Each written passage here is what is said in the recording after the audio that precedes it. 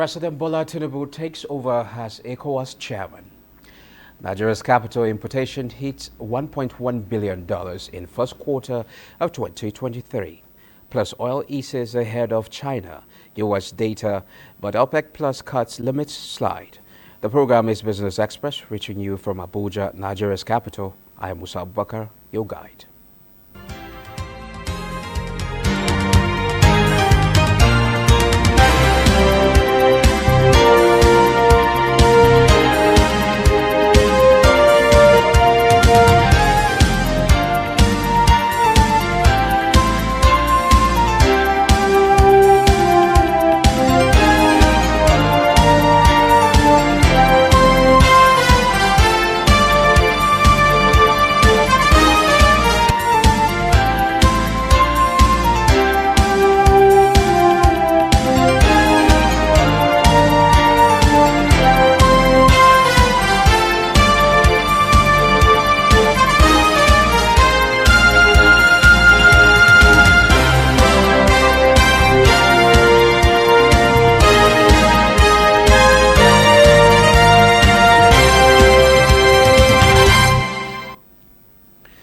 Let's begin with Economic Community of West African States. The 63rd Ordinary Session of ECOWAS Heads of State and Government has ended in Guinea-Bissau, with the leaders resolving to strengthen their bilateral ties and defend the regional integrity of sub-region against any form of terrorism. At the end of the summit, Nigeria's President Bola Ahmed Tinubu was elected as the chairman of the sub-regional organization. We work collectively to pursue inclusive economic integration of West Africa sub-region. We should serve a warning to exploiters that our people have suffered enough. We should make a pledge here that in furtherance of our region's economic recovery and growth, we will commit to democracy and promote democracy and rule of law. I am with you. In Nigeria, we are back. Thank you.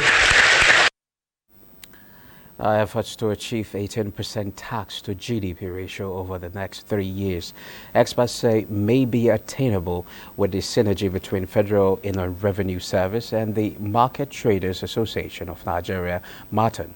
The collaboration, geared towards enhancing voluntary tax payment, has a target of incorporating over 40 million people in the non-formal sector into the tax net. Joel Popola has the report. Shifting focus to non-oil sector is what the federal government is putting in the front burner in this new dispensation. The VAT Direct initiative is one way the Federal Inland Revenue Service is thinking outside the box for more revenue to sustain governance and provide the much-needed social amenities that will engender rapid development. The initiative, which will eliminate multiple taxation, is expected to boost confidence in the tax system for more Nigerians to willingly pay tax. The tax policy takes into cognizance the economic realities by exempting businesses with a turnover of less than 25 million naira. FIRS Chairman Mohammed Nami explains the significance and benefits of the VAT Direct initiative. Our in-house developed software called Tax Pro Max is going to have direct interface with the technology to be deployed for purpose of enumeration, for purpose of payment of the VAT, and for purpose of reporting the VAT to be collected on a daily basis. It means that government going forward is going to have enough resources. The leadership of the Market Traders Association of Nigeria, an umbrella body for traders, describes the partnership with FIRS as an initiative that will foster economic development. They say that if it's either you pay by monthly or by weekly, and the tax is very, very low. It's very low tariff, so we can't pay much like expected before. People will pay tax if they see the value of what they are paying tax for, if the amenities are there. The VAT Direct initiative is technology-driven and guarantees each free tax payment. In Lagos, Joel Bukbola. Now, in recent development, President Bola Ahmed Tinubu has signed 4 executive orders targeting several crucial areas of the economy. These orders are expected to bring significant changes to tax policies in the country, specifically in the telecommunications and manufacturing sectors. Today on Business Express, we will explore the implications of these reforms and their potential impact on the economy and the business landscape. Joining me today to shed light on this important topic is Olaitun Babatunde. She is a fellow Chartered Institute of Taxation of Nigeria and fellow Institute of Chartered Accountants of Nigeria. She joins us via Zoom from Ibadan. Thank you for joining us on Business Express. Thank you for having me. Okay, let's begin with the executive order that the president have signed. What does this imply for the business environment in Nigeria? Okay, talking about the executive order, I want to start by appreciating the president for taking that huge step and making the investors, manufacturers, and stakeholders to have confidence in this administration. Because when those, the Finance Acts were signed to law at the swing-outs of the last administration, precisely May 28th, we were skeptical because it seems, and another thing that bothered everybody is that it was signed 28th May, and the effective date was stated to be 1st of May. That is grossly against the intention of the tax policy we have in Nigeria. Because expectedly, any change in tax should give the taxpayer like 3 months, 90 days. The tax policy requires 90 days for taxpayers to brace up and get ready for any changes. But this one was signed 28th May and was to be applied retrospectively. That was really something that didn't go down well with investors, with stakeholders. But we want to appreciate the president for taking that bold step to step it down through his executive order. And I must say that this is going to impact positively on our economy. Okay. An individual in Nigeria will ask me how. We may not see it as something that is bringing down any cost yet, but the good thing is that we are not going to pay more. Take, for example, the 5% on telecommunication. Yeah. If it wasn't stepped down, by now, the cost of me joining this virtually, using my data, will have been more. Okay. The cost of people buying recharge cards to communicate, to do their business will have been more. But the good thing is that even if those costs are not reduced, they are not increasing. So that is one impact on individual. Looking at manufacturers, especially those ones in the business of these single-use plastics, the excise duty will have been a burden on them. But for the president to have suspended it, this is not even a matter of postponing the effective date. It has been suspended.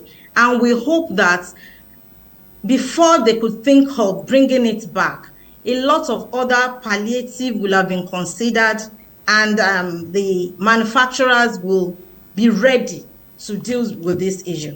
So for me, it's going to have a very good and positive effect on the economy at large.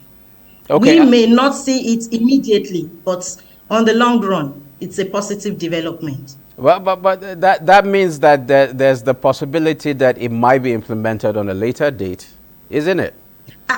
Anything suspended could come up anytime. It wasn't cancelled, it was suspended. Then the 5% excise duty, with if you look at it with the cost of living now, if if that should be implemented, it's going to really affect everyone.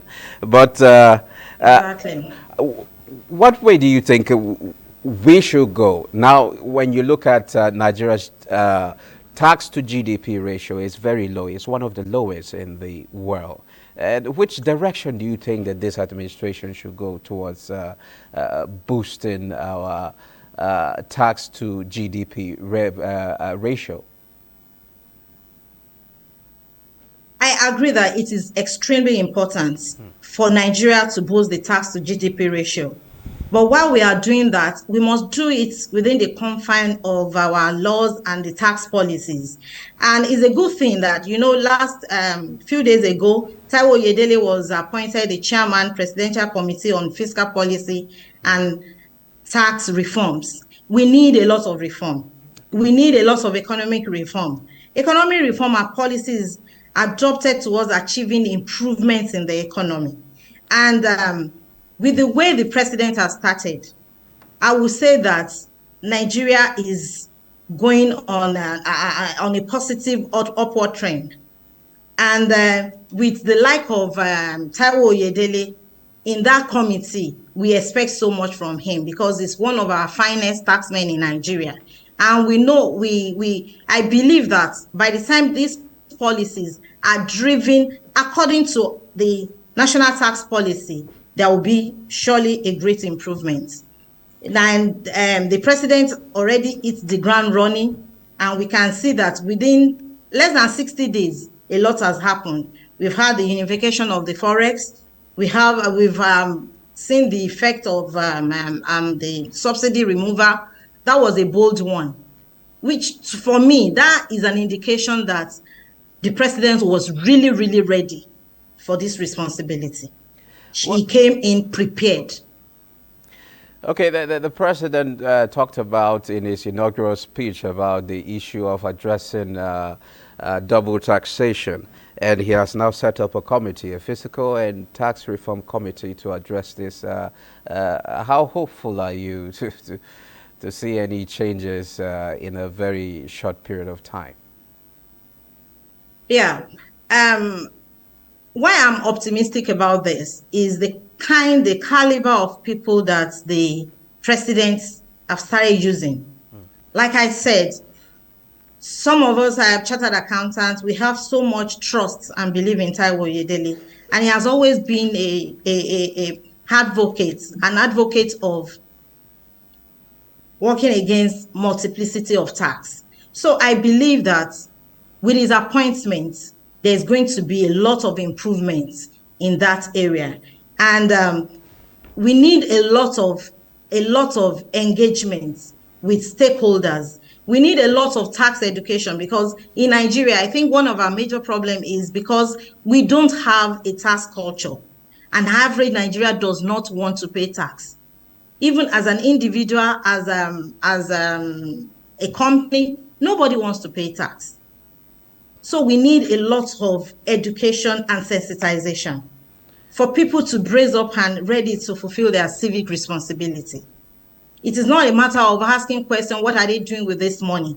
I believe that if you pay your tax the way you should pay it, you will have the moral justification to ask questions. It's because an average Nigerian is not tax compliant.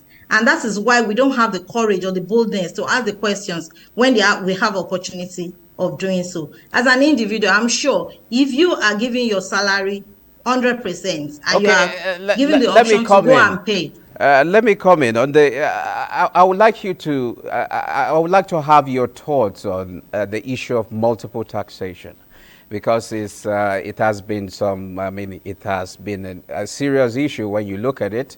Over the years, you find local government, state government, and federal government. The whole process is somehow really untidy times, and it takes a lot from the taxpayer. So, what's your thought on that? The issue of multiple taxation. Okay, the issue of multiple taxation is really, really, really a serious one, which needs to be dealt with in Nigeria. Some government entity will say that this is a rate this is a charge, this is a levy, but to a tax person, to a taxpayer, everything is tax. And we've said more than enough about multiple taxation, but yet we've not seen much of any difference. So we need to start with the smallest level of government, the local government, the state government, the federal government. The taxes administered by the federal government seems to be the only one that has been streamlined.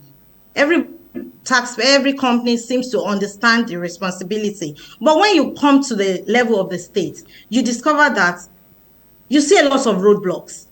You see a lot of enforcement. You see a lot of touts in the uniform of government asking for one levy or the other. But there needs to be a position. We need to reform that system so that we have a unified tax. So that if I live in Oyo State, what I'm exposed to as a business person will be the same as the person living in Kano State. And when I leave Kano State and go to Port Harcourt, my exposure will be the same thing.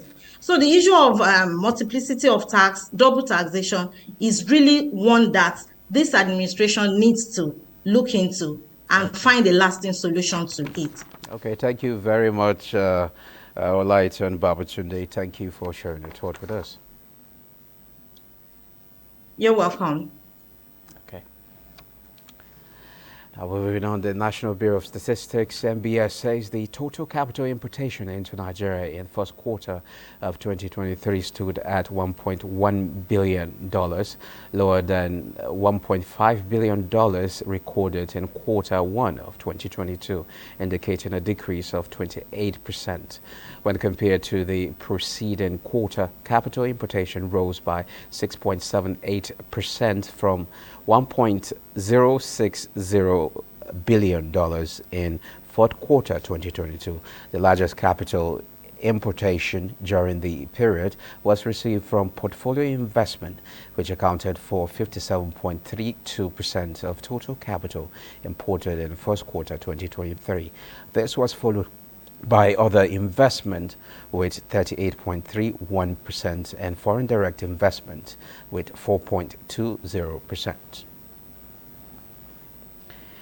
As part of the strategies to boost the economy of Africa, stakeholders at the Rabat Conference have advocated youth engagements and improved bilateral trades in Africa. Austin Edemodu shared their perspective during a conference on Africa growth and integration in Rabat, Morocco. Rabat, the capital city of Morocco, is fast becoming a rallying point for African countries as part of the socio-economic strategies by Morocco to build a united and strong economy in the African continent through interactions and investments. Bello Faiza from Nigeria and Brian Lamte from Ghana are students in Morocco.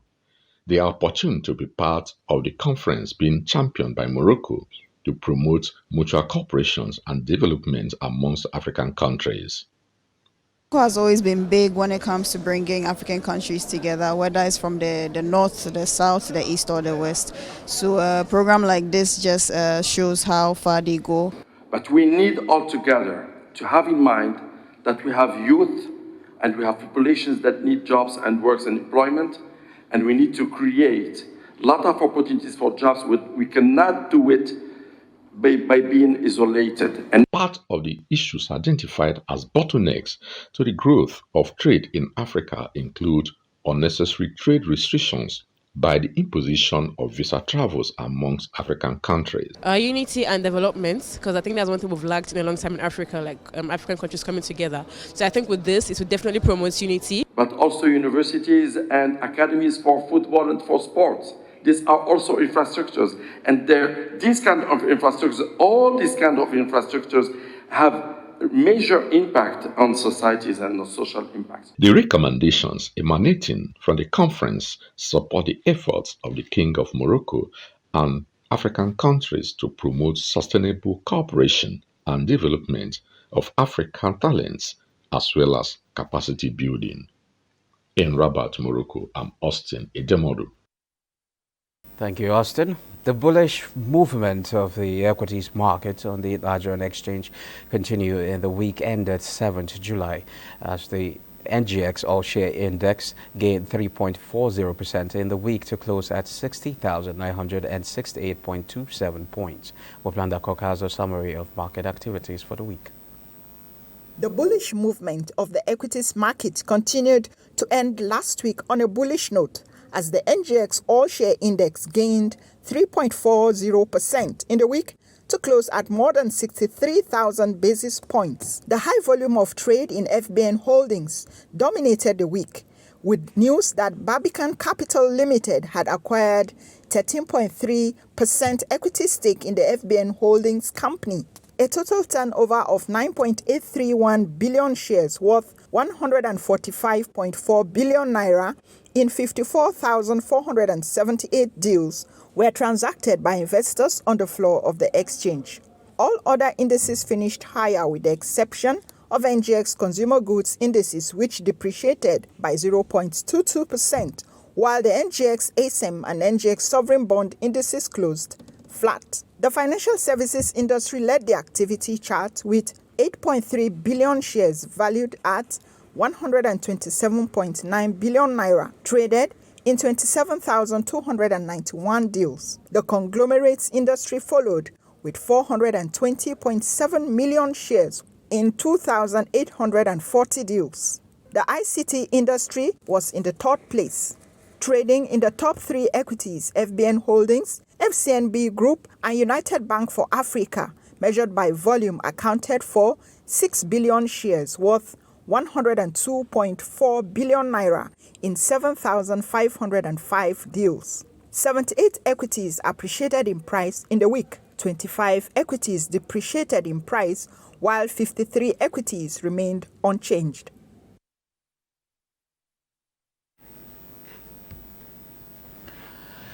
Well, the NGX all-share index for Monday, 10th July, appreciated to 64,603.69 basis point. A total of 1.8 billion shares worth 22.033 billion naira traded in 14,584 deals at the end of the day's session. Next is global stock market. European markets were slightly higher on Monday as investors digested a surprisingly low Chinese inflation reading and looked ahead to key U.S. data and corporate earnings later in the week. Asia markets traded mixed ahead of key inflation reports this week, including the U.S. Consumer Price Index report due Wednesday and the Producer Price Index on Thursday. In Japan, the Nikkei 225 fell 0.61% to close at 32,189.73, extending its losing streak to 5 days. Hong Kong's Hang Seng Index rebounded and climbed 0.62% in its final hour of trade.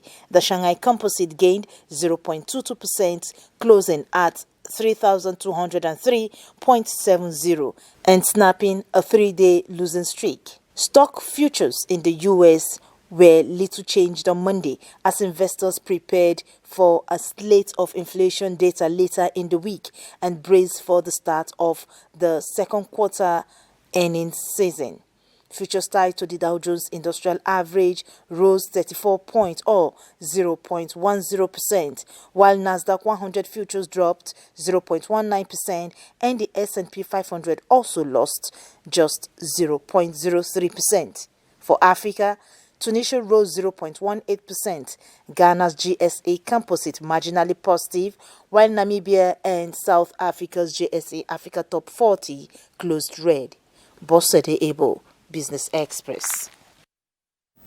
Now that's it. This is where we end this edition of Business Express. We value your feedback, so keep the comments, observations, and suggestions coming. Be informed that all previous episodes are available on YouTube on the NTA's channel. Business Express returns Tuesday at 9:30 a.m. I'm Musa Bakar. Thanks for your company.